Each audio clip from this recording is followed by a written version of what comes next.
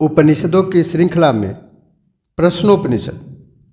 यह उपनिषद अथर्ववेद के पिपलाद शाखा से संबंधित एक मुख्य उपनिषद है। इसमें 6 ऋषि महर्षि पिपलाद से 6 प्रकार के आध्यात्मिक प्रश्न पूछते हैं। यह उपनिषद ब्रह्मांड की उत्पत्ति, आत्मा, प्राण एवं परम सत्य की प्रकृति पर केंद्रित है। प्रश्न इतना महत्वपूर्ण है कि 6 प्रश्नों का उत्तर 6 अध्याय में दिया गया है। इस उपनिषद का शुभारंभ शांति पाठ से होता है। ओम भद्रम कर्णेभिः शृणुयाम देवा।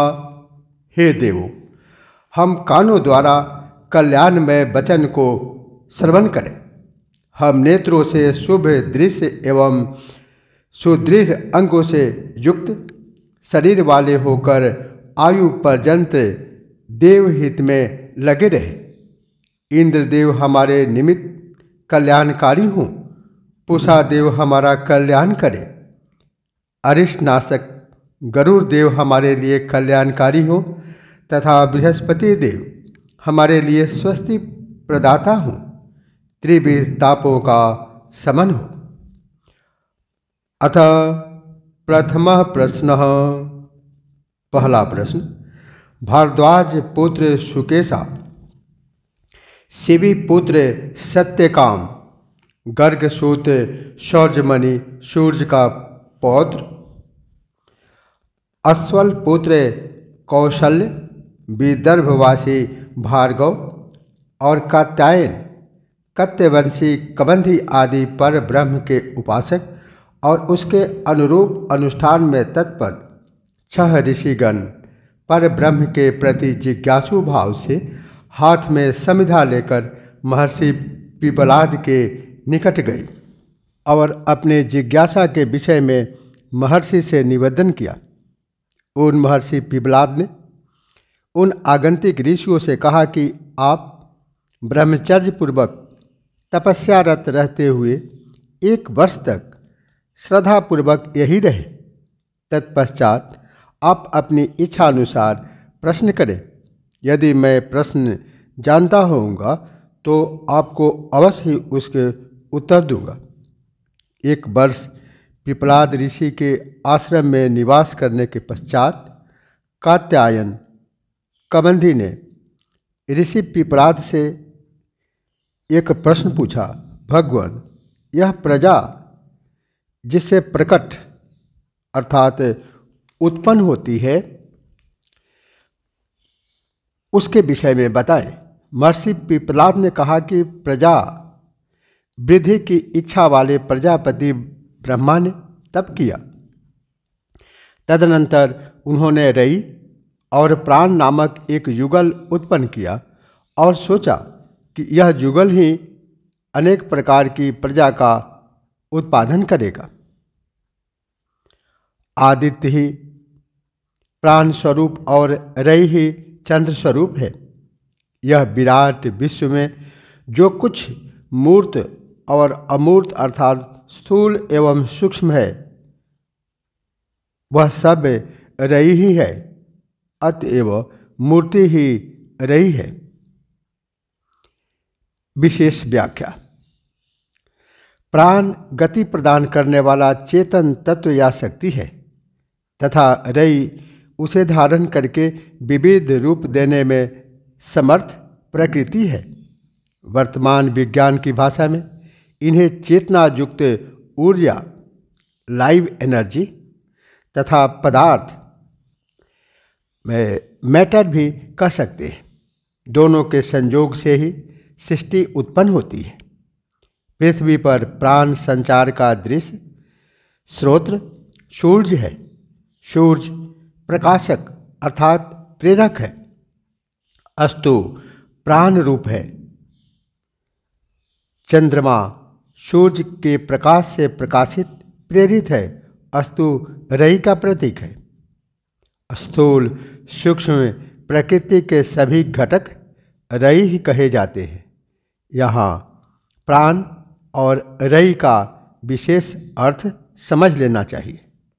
तदनंतर रात्रि के समापन पर पूर्व में उदित होकर सूर्यदेव पूर्व दिशा के प्राणों को अपनी किरणों में धारण करते हैं। तदनंतर वे ही सूर्यदेव दक्षिण, पश्चिम, उत्तर, नीचे और दिशाओं को, मध्य भागों को भी देदीप्यमान करते हैं और उन सब दिशाओं के प्राणों को अपनी किरणों में धारण करते हैं। वे सूर्य देव ही वैश्वानर, अग्नि रूप, विश्व रूप एवं प्राण रूप होकर प्रकट होते हैं। ऋषि वेद मंत्रों द्वारा भी इसी तथ्य की पुष्टि करते हैं। वे सूर्य सर्वरूप, सर्वाधार, रश्मिवान, सर्वज्ञाता, तपोनिष्ठ एवं अद्वितीय है। वे सहस्त्रों किरणों वाले सूर्यदेव सैकड़ों रूपों में विद्यमान रहते हुए समस्त प्राणधारियों के प्राण स्वरूप होकर उदित होते हैं। एक दृष्टि से संवत्सर ही प्रजापति है तथा उसके दक्षिण और उत्तर 2 अयन है। जो लोग अपने अभीष्ट की पूर्ति हेतु कर्म पथ का आश्रय लेते हैं वे चंद्रलोक को प्राप्त कर आवागमन को प्राप्त करते हैं। ये प्रजा की कामना करने वाले ऋषिगण दक्षिण की ओर पितृयान मार्ग से गमन करते हैं। यह पितृयान मार्ग ही रही है। चंद्र शब्द चदी धातु से बना है जिसका अर्थ मुख है।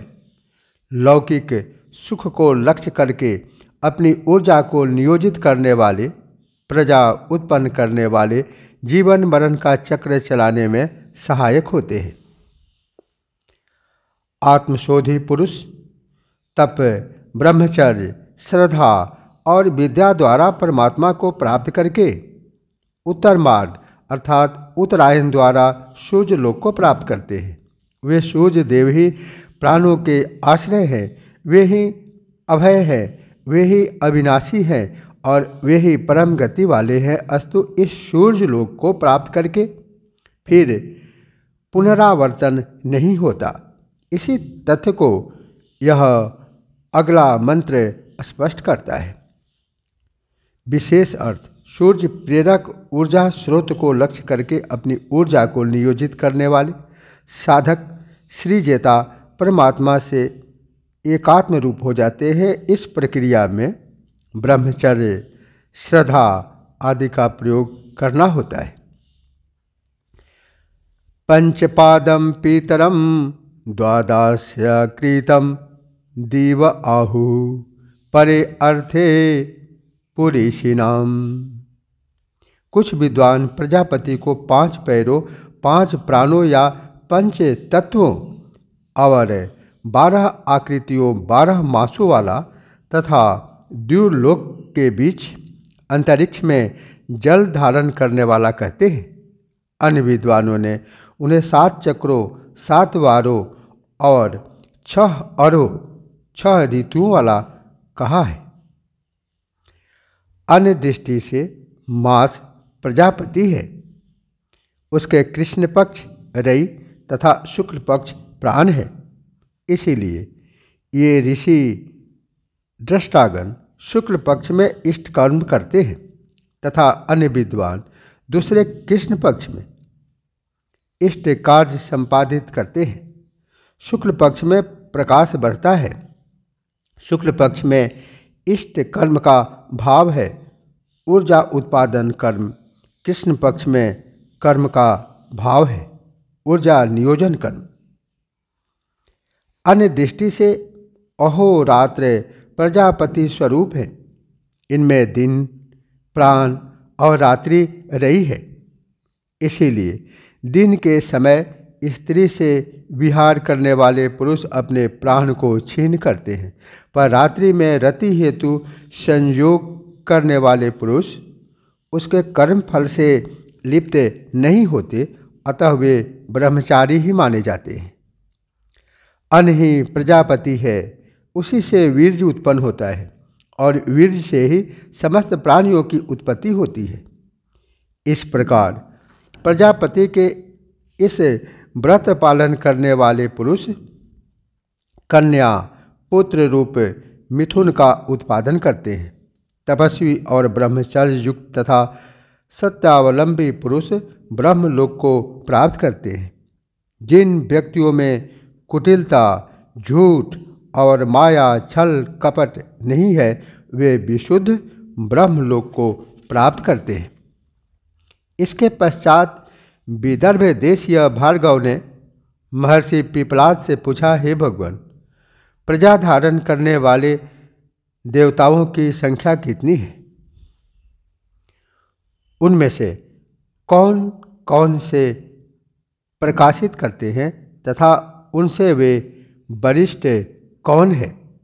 यह दूसरा प्रश्न है। अथ द्वितीय प्रश्न। इसका उत्तर महर्षि पिपलाद देते हैं। महर्षि पिपलाद ने उनसे भार्गव ऋषि से कहा कि निश्चित रूप से आकाश, अग्नि, जल, पृथ्वी, पंचभूत तथा मन, वाणी, नेत्र और श्रोत्र आदि इंद्रियां, ये सब भी देव ही है। ये समस्त देवगण प्रकट होकर कहते हैं कि हमने ही इस शरीर को धारण किया है, अस्तु हम ही इसके आश्रयदाता है।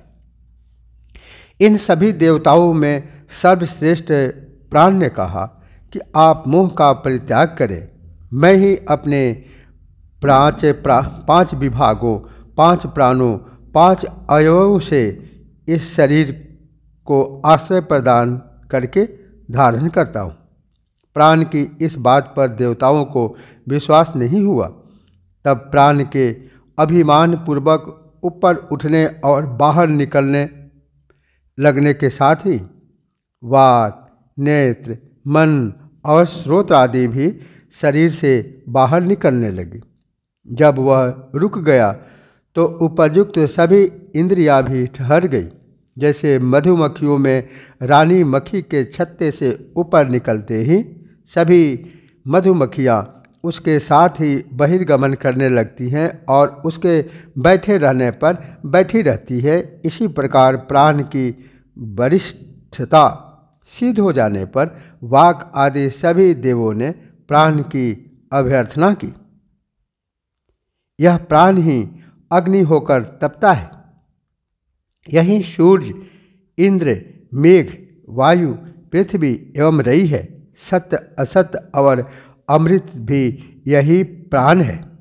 जिस प्रकार रथ चक्र की नाभि में अरे लगे रहते हैं, उसी प्रकार प्राण में ऋग्वेद की ऋचाएँ, यजुर्वेद और सामवेद के मंत्र, ब्राह्मण, क्षत्रिय और यज्ञ सभी सन्निहित हैं। हे प्राण, आप ही प्रजापति हैं। गर्भ में आप ही निवास करते हैं और आप ही माता पिता के समान आकृति वाले होकर जन्म लेते हैं। हे प्राण, यह प्रजा आपको ही बलि प्रदान करती है, क्योंकि आप ही संपूर्ण इंद्रियों सहित प्रतिष्ठित हैं। इसीलिए यज्ञ करते समय ओम प्राणाय स्वाहा, अपानाय स्वाहा, उदानाय स्वाहा, व्यानाय स्वाहा, समानाय स्वाहा आदि मंत्रों का उच्चारण किया जाता है। हे प्राण, आप ही देवताओं के लिए अग्नि है, पितरगणों के लिए स्वधा है, वह सत्य, तथ्य, अथर्वा और अंगिरस ऋषियों द्वारा प्रमाणित किया गया है। हे प्राण, आप ही इंद्र हैं, आपने तेज के फलस्वरूप रुद्र हैं और सब ओर से हमारी सुरक्षा करने वाले हैं। आप ही ज्योतियों के स्वामी सूर्य हैं, आप ही अंतरिक्ष में विचरण करते हैं। हे प्राण, जब आप मेघ रूप होकर दर्शन करते हैं, तब यह समस्त प्रजा प्रभुत अन्न उत्पादन की आशा से आह्लादित हो जाती है। हे प्राण, आप व्रात अर्थात संस्कार विहीन होकर भी एकर्षी नामक अग्नि है। हम आपके निमित्त जो आहार प्रदान करते हैं, आप उसके भोक्ता हैं। आप इस जगत के स्वामी हैं। हे प्राण, आप हमारे पिता हैं तथा आप ही वायु रूप होकर आकाश में विचरण करने वाले मातरिस्वा हैं। आपका जो स्वरूप वाणी, श्रोत्र, नेत्र और मन में संव्याप्त है। आप उसे शांत करें, कल्याणमय करें। आप शरीर से बहिर्गमन करने की चेष्टा न करें। इस जगत अथवा तृतीय द्युलोक त्रिदिव स्वर्ग में जो भी प्रतिष्ठित है वह सब प्राण के ही बस में है। हे प्राण, आप हमारी उसी प्रकार रक्षा करें जिस प्रकार माता पुत्र की रक्षा करती है। आप हमें श्री, समृद्धि और प्रज्ञा प्रदान करें। भूलोक को प्रथम, भुवः अंतरिक्ष लोक को द्वितीय तथा स्वः स्वर्ग या त्रिदिव लोक को तृतीय की संज्ञा प्रदान की जाती है। अथ तृतीय प्रश्न। तीसरे प्रश्न में कौशल आश्वलायन ने महर्षि पिपलाद से पूछा, भगवान, इस प्राण की उत्पत्ति कहाँ से होती है? यह इस शरीर में किस प्रकार प्रविष्ट होता है? यह किस प्रकार शरीर से बाहर आता है और किस प्रकार बाहरी और भीतरी शरीर को धारण करता है? महर्षि पिपलाद ने उनसे कहा कि आप बहुत जटिल प्रश्न पूछ रहे हैं, किंतु आप ब्रह्मनिष्ठ हैं, इसलिए मैं आपके प्रश्नों के उत्तर देता हूँ। विशेष सामान्य रूप से प्राण तत्व की अनुभूति कठिन है। उसकी उत्पत्ति एवं नियोजन का क्रम और भी कठिन है, लेकिन ब्रह्मनिष्ठ उसे समझ सकते हैं। इसीलिए महर्षि उनके लिए वह विषय स्पष्ट करते हैं। इस प्राण की उत्पत्ति आत्मा से होती है। जिस प्रकार छाया देहधारी की देह से उत्पन्न होती है अथवा छाया देहधारी के आश्रित है, उसी प्रकार प्राण आत्मा से उत्पन्न होकर उसी के आश्रित रहता है। यह प्राण मन के संकल्प के अनुसार शरीर में प्रविष्ट होता है। जिस प्रकार राजा अपने विभिन्न अधिकारियों को पृथक पृथक ग्रामों में नियुक्त करता है, उसी प्रकार प्राण, प्रमुख प्राण, अन्य प्राणों, इतर प्राणों, इंद्रियों की पृथक पृथक नियुक्ति करता है।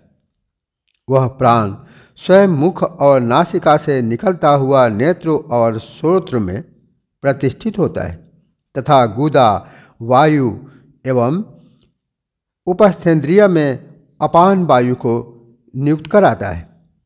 मध्य भाग में सामान्य वायु रहता है जो अन्न को समानतापूर्वक शरीर के विभिन्न भागों को वितरित करता है। उसी प्रकार उसी प्राण रूपी अग्नि से 7 ज्वालाओं का प्रादुर्भाव होता है। यह आत्मा प्राणी के हृदय प्रदेश में स्थित है। इस हृदय प्रांत में 101 नाड़ियाँ, उन सभी नाड़ियों में प्रत्येक की 100 शाखाएँ हैं और उन सभी नाड़ी शाखाओं में भी प्रत्येक की 72,000 प्रति शाखाएँ हैं। इन सब नाड़ी शाखाओं में व्यान वायु संचरित होता है।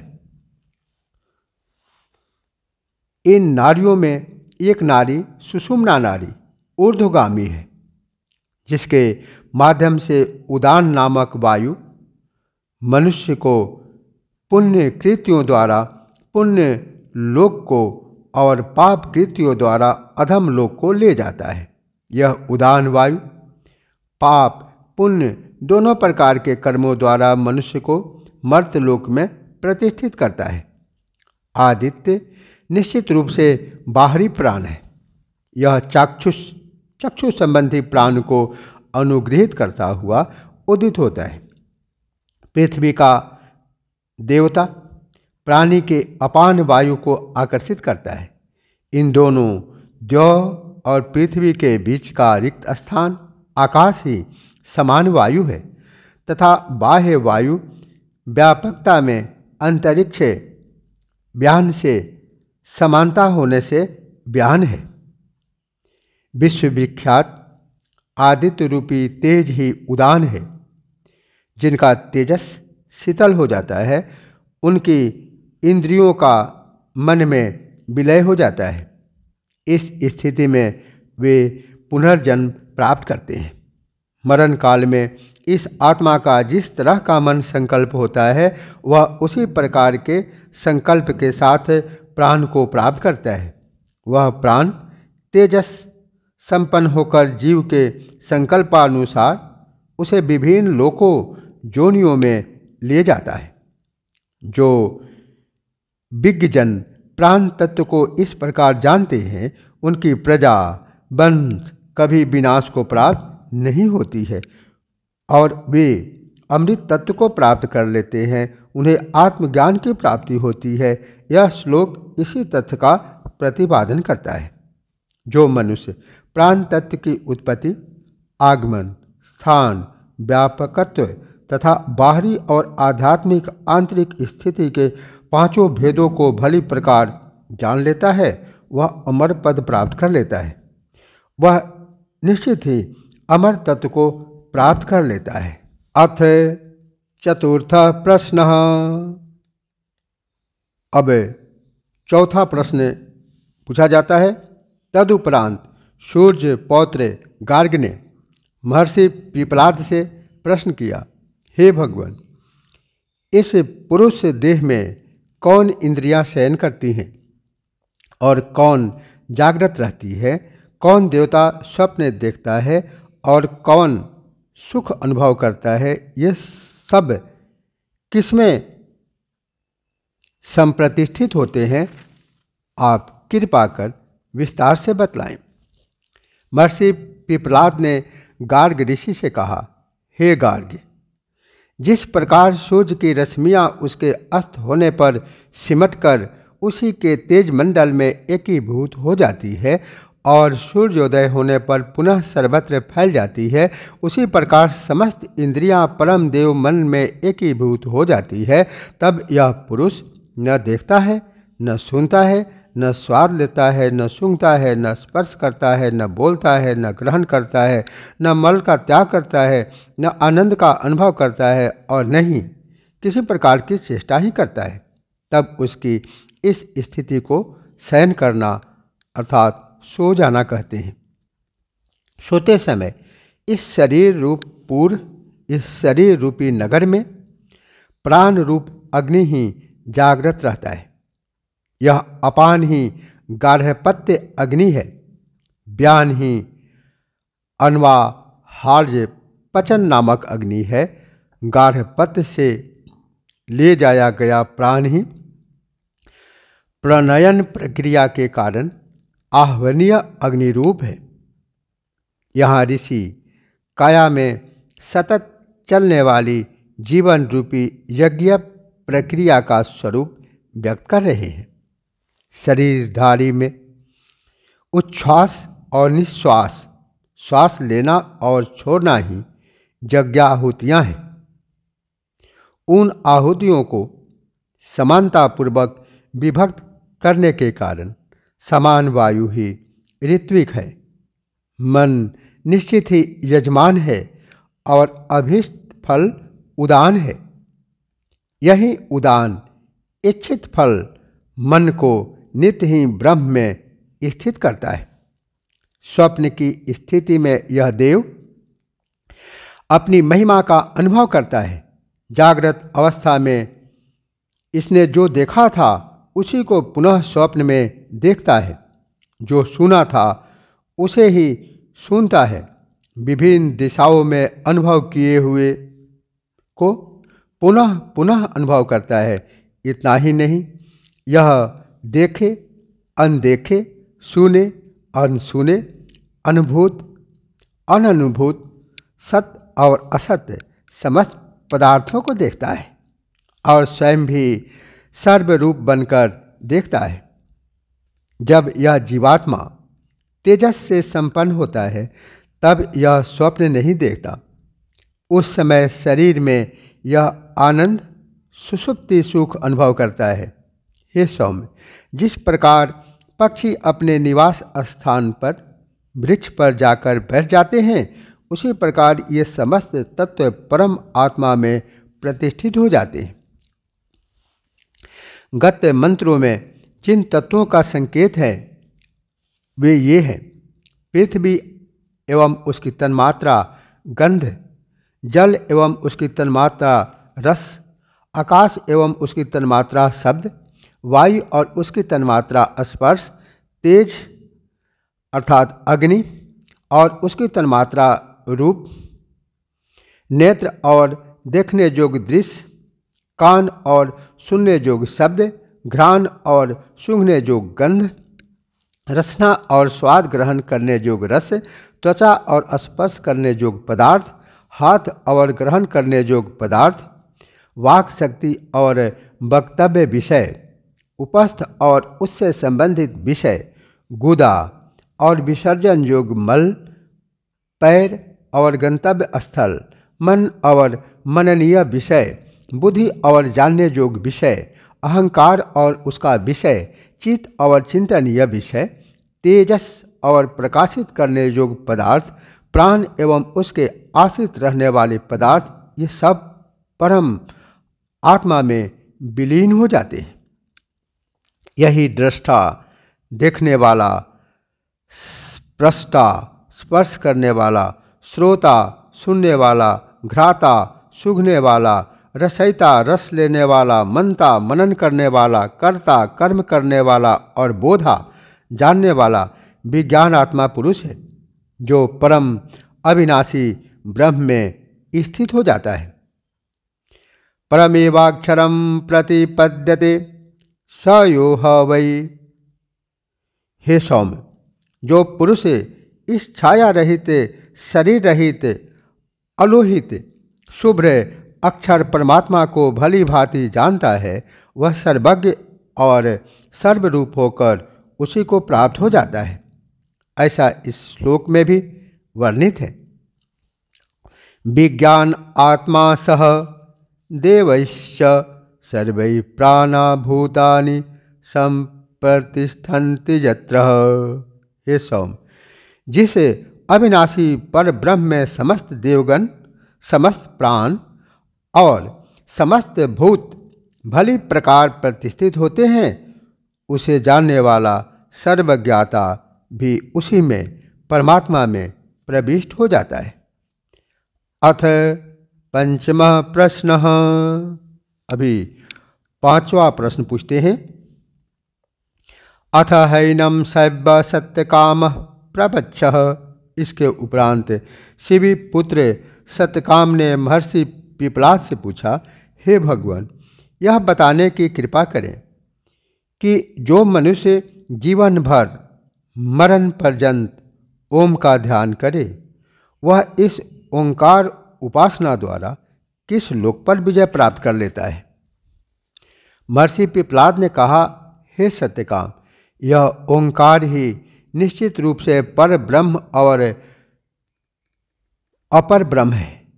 अतः जो विद्वान इसे इस प्रकार जानता है, वह इसमें से किसी एक ब्रह्म को प्राप्त कर लेता है।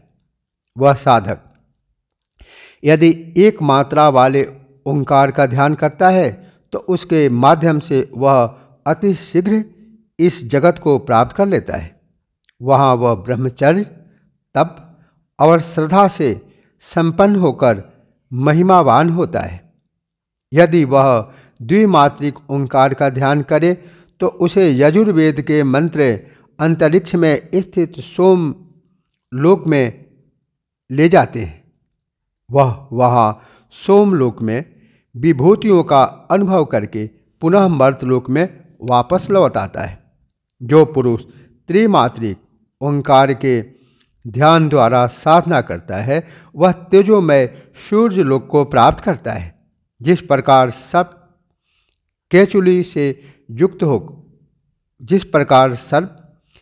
से मुक्त होकर बाहर आ जाता है, उसी प्रकार वह पापों से छूट जाता है और साम मंत्रों द्वारा ब्रह्मलोक पहुंचा दिया जाता है। वह विद्वान इस जीवन घन से भी श्रेष्ठ समस्त शरीरों में प्रविष्ट हृदय में स्थित परमात्मा का दर्शन करता है। ये दो श्लोक इसी तथ्य के प्रतिपादक हैं। ओंकार मंत्र ही तीनों मात्राएं अलग अलग होने पर भी परस्पर संबंध है, मृत्यु से युक्त है।